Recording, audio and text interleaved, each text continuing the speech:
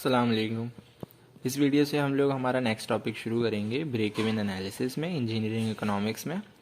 तो break even analysis हमारे पास क्या होता है, जब भी कोई हमारे पास बिज़नेस लगाया जाता है, बिज़नेस खोला जाता है, तो ब्रेक इवन पॉइंट हम लोग उस पॉइंट को बोलते हैं कि जब हमारे पास रेवेन्यू किसके बराबर हो जाता है, टोटल कॉस्ट मतलब टोटल इन्वेस्टमेंट में। अगर मैंने किसी बिज़नेस को रन करने के लिए 10,000 रुपीज़ लगाए हैं, तो आज से 2 महीने बाद 3 महीने बाद मैं जब उससे टोटल रेवेन्यू 10,000 कमा लूँगा, तो वो मेरा ब्रेक इवन पॉइंट होगा कि मैंने जितने पैसे लगाए थे उतने वापस आ गए। उसके बाद मेरे पास जितने पैसे आएंगे वो मेरा प्रॉफिट होगा, जो भी मैं कमाऊँगा। तो इसको हम लोग बोलते हैं ब्रेक इवन पॉइंट। अब इसको हमारे पास ब्रेक इवन पॉइंट में टोटल रेवेन्यू किसके बराबर होना चाहिए, टोटल कॉस्ट। अब टोटल रेवेन्यू का क्या फॉर्मूला होता है, price multiply by quantity. Price हमारे पास जितनी भी हम लोग प्राइस रखते हैं और क्वांटिटी जो भी हम लोग सेल कर रहे हैं, कितना सेल कर रहे हैं, तो वो क्वांटिटी हो जाता है। टोटल कॉस्ट हमारे पास क्या फॉर्मूला होता है, fixed cost plus variable cost. Profit का फॉर्मूला टोटल रेवेन्यू कॉस्ट में से माइनस कर दें तो प्रॉफिट, और कॉस्ट में से रेवेन्यू माइनस कर दें तो लॉस। तो ये हमारे पास सिंपल सा फॉर्मूला है। अब इसके क्वेश्चंस करेंगे ताकि हमारे पास अच्छे से समझ में आ जाए। अब एक क्वेश्चन हम लोगों को गिवन है जिसमें क्या कह रहे हैं कि a company produces circuit boards used to update outdated computer equipment. The fixed cost is 42,000 per month and the variable cost is rupees 53 per circuit. The selling price per unit is rupees 150 minus 0.02 Q. Maximum output of the plant is 4,000 units per month. अब बताना क्या है, determine optimum demand for this product, मतलब ज़्यादा से ज़्यादा कितनी demand होगी हमारे पास। What is the maximum profit per month, क्या ज़्यादा से ज़्यादा मैक्सिमम प्रॉफिट होगा। What volumes do break even occur, मतलब किस वॉल्यूम पर ब्रेक इवन पॉइंट होगा। और what is the company's range of profitable demand. तो वही करेंगे हम लोग, ब्रेक इवन पॉइंट का हम लोग फार्मूला लगाएंगे और ब्रेक इवन एनालिसिस कर देंगे। तो ब्रेक इवन पॉइंट में हमारे पास वही सारा फार्मूला मैंने इधर दोबारा से उतारा है। तो सबसे पहले फिक्स्ड कॉस्ट हमारे पास कितनी बताई, 42,000 पर मंथ। वेरिएबल कॉस्ट कितनी बताई, ₹53 पर सर्किट बोर्ड। अब पर सर्किट बोर्ड है तो एक सर्किट बोर्ड है, तो इधर क्या आ जाएगा, क्यू आ जाएगा ना, क्वांटिटी। तो इधर मैं पर सर्किट बोर्ड मतलब 53 क्यू लिखूंगा, सही है, क्योंकि ये आगे जाके यूज़ होगा, आगे जाके 53 क्यू आ जाएगा तो कन्फ्यूजन हो जाएगी कि क्यू कहाँ से आया। तो सेलिंग प्राइस हमारे पास पर यूनिट कितनी है, एक सेलिंग प्राइस हमारे पास 150 माइनस 0.02 क्यू। अब ये क्यू सेम ही है भाई। और मैक्सिमम आउटपुट कितना होता है कि हम लोग ज़्यादा से ज़्यादा एक महीने में 4,000 जो है क्वांटिटी सप्लाई मतलब प्रोड्यूस कर सकते हैं। अब हमने निकालना क्या है, ऑप्टिमम डिमांड निकालनी है, maximum profit, break even point कौन सा है, और रेंज ऑफ प्रॉफिटेबल डिमांड हमारे पास कितनी है। अब चलते हैं हमारे पास, सबसे पहले ब्रेक इवन एनालिसिस करते हैं। ब्रेक इवन पॉइंट में हमारे पास क्या होना चाहिए कि टोटल रेवेन्यू बराबर होना चाहिए टोटल कॉस्ट के। तो टोटल रेवेन्यू का फॉर्मूला लगा दिया, price multiply by quantity. Total cost का फॉर्मूला लगा दिया, fix cost plus variable cost. अब प्राइस हमें गिवन थी, ये थी प्राइस, और क्वांटिटी हमारे पास सेम एज इट इज आ गई। अब ये क्यू हमारे पास सेम ही है। अब फिक्स कॉस्ट कितनी थी 42,000, वेरिएबल कॉस्ट कितनी थी 53 क्यू, जो हमारे पास उन्होंने बताई थी 53 क्यू जो लिखा था हमने। तो ये हमारे पास वेरिएबल कॉस्ट आ गई। अब हम लोगों को क्या है, क्यू मल्टीप्लाई करा देंगे, मल्टीप्लाई कराया इधर। अब मैं क्या करूँगा कि इसको क्वाड्रेटिक इक्वेशन की फॉर्म में ले आऊँगा, क्योंकि यहाँ पर स्क्वायर है और इधर फिर 1 और फिर दूसरी जगह हमारे पास कांस्टेंट। तो मैंने 0.02 को उधर ले गया क्योंकि माइनस में था, उधर प्लस में, तो ये वाली टर्म इधर जाके माइनस में हो जाएगी और ये दोनों टर्म एज इट इज़ इधर ही मौजूद है। अब माइनस करा, -97। तो जो लास्ट में पर इक्वेशन आई वो ये आई। अब मैं जब इसको इक्वेशन में पुट कर दूंगा, कैलकुलेटर से सॉल्व हो जाएगी। तो पहली हमारे पास वैल्यू है 0.02, फिर -97 और फिर 42,000। तो मेरे पास आंसर क्या आएगा, एक क्यू आएगा हमारे पास 4369.3 और सेकंड क्यू आएगा 480.61। तो ये दो वैसे पॉइंट है जहाँ पर हमारे पास ब्रेक इवन पॉइंट हमारे पास बन सकता है।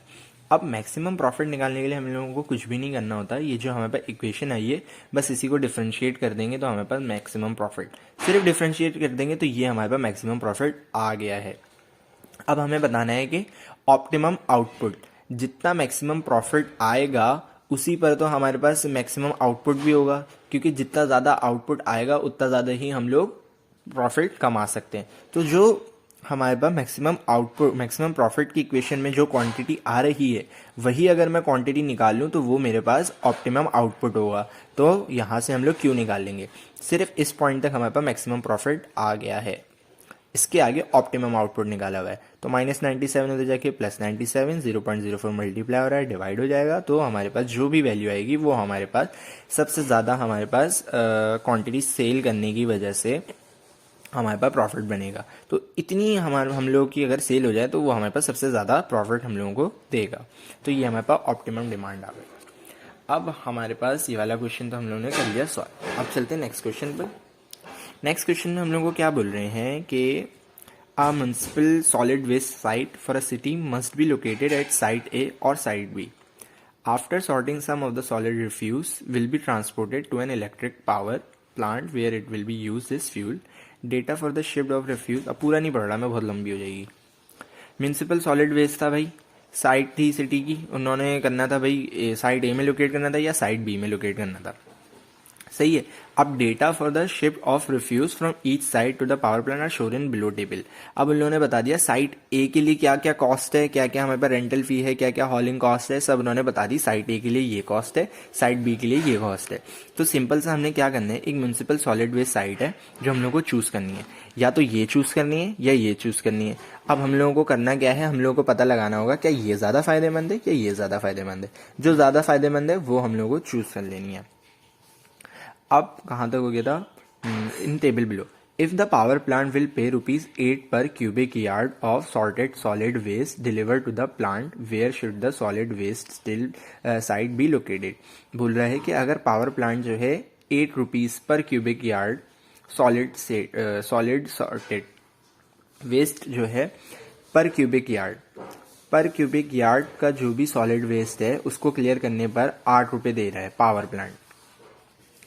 Where should the solid site will be located, तो कहां पर हमारे पास लोकेट करनी चाहिए solid site. Use the cities view point and assume that 2 lakh cubic yard of refuse will be hauled to the plant. मतलब हमारे पास 2 लाख क्यूबिक यार्ड जो है हमारे पास वेस्ट जो है हॉल्ड करना है for 1 year only. 1 site must be selected, कोई एक साइट हम लोगों को सेलेक्ट करनी है। तो इसमें कुछ भी नहीं करना है, सिर्फ हम लोगों को क्या निकालना है कि प्रॉफिट निकालना है, प्रॉफिट ए और प्रॉफिट बी। तो सबसे पहले प्रॉफिट ए निकालेंगे। प्रॉफिट ए में हमारे पास क्या बोल रहे हैं, जो साइट ए है उसकी एवरेज हॉलिंग डिस्टेंस कितना है, 4 माइल है। रेंटल फी वो कितने चार्ज कर रहा है, 5000। हॉलिंग कॉस्ट हमारे पास जो एवरेज हॉलिंग कॉस्ट आ रही है वो क्या आ रही है, 1.5 क्यूबिक माइल है। क्यूबिक माइल होता है, cubic mile average hauling cost site A की। तो हमारे पास पहले ए के लिए करेंगे, तो प्रॉफिट ही तो मालूम करना है हमें, जिसका ज़्यादा प्रॉफिट होगा वो हम लोग चूज कर लेंगे। तो प्रॉफिट का फॉर्मूला क्या होता है, total revenue minus total cost. Total revenue का क्या फॉर्मूला होता है, price multiply by quantity minus total cost का क्या फॉर्मूला होता है, fixed cost plus variable cost. तो हम लोगों ने लगा दिया power into price into quantity. तो प्राइस क्या थी, 8 पर क्यूबिक यार्ड, ₹8 पर cubic yard multiply by 2 lakh cubic yard है। तो अगर 1 क्यूबिक यार्ड पर वो आठ रुपये दे रहा है तो 2 लाख क्यूबिक यार्ड पर वो कितने पैसे देगा, तो ये हमारे पास टोटल प्राइस आ जाएगी इस तरीके से। तो यार्ड क्यूब से यार्ड क्यूब कैंसिल। अब माइनस FC 5000 था, यहाँ से आया। रेंटल फी 5000 था, यहाँ से आया। फिर इसमें हम लोगों को प्लस भी करना है, क्या, वेरिएबल कॉस्ट। वेरिएबल कॉस्ट हमारे पास कैसे पता लगेगी, वेरिएबल कॉस्ट हम लोगों को दी हुई है।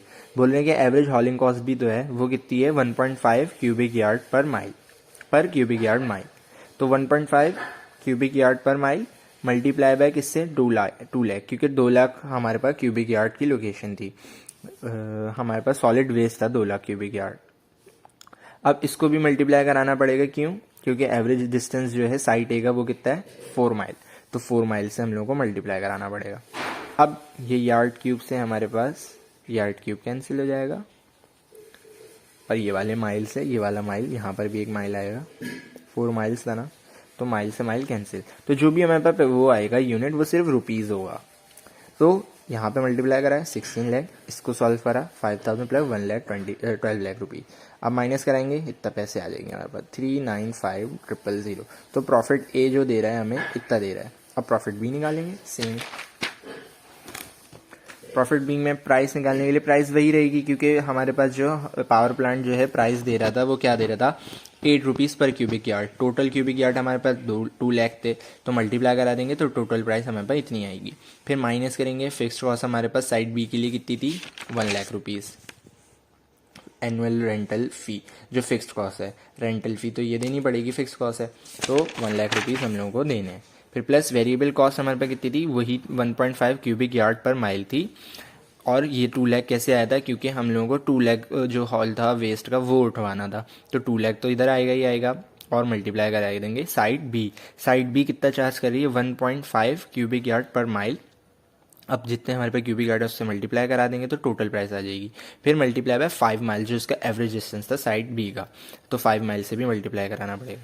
तो इसको सॉल्व करेंगे, सेम वही आंसर है। इसको सॉल्व करेंगे 1 लाख प्लस 15 लाख। अब 1 लाख प्लस 15 लाख 16 लाख, 16 लाख माइनस 16 लाख, 0 आ जाएगा आंसर। तो बी जो है, बी बहुत ज़्यादा लॉस ही देगा हमें, 0, कोई प्रॉफिट दे ही नहीं रहा है। साइड ए में फिर भी प्रॉफिट है, साइड बी में कोई प्रॉफिट ही नहीं है, तो हम लोग क्या साइड चूज करेंगे, side A should be selected. तो इस तरीके से यहाँ पर हमारा ये वाला सोल्यूशन हो गया है। आई होप आपको समझ में आएगा। Thank you so much. कोई सवाल हो तो नीचे कमेंट बॉक्स में बता दें, एंड अल्लाह हाफिज़।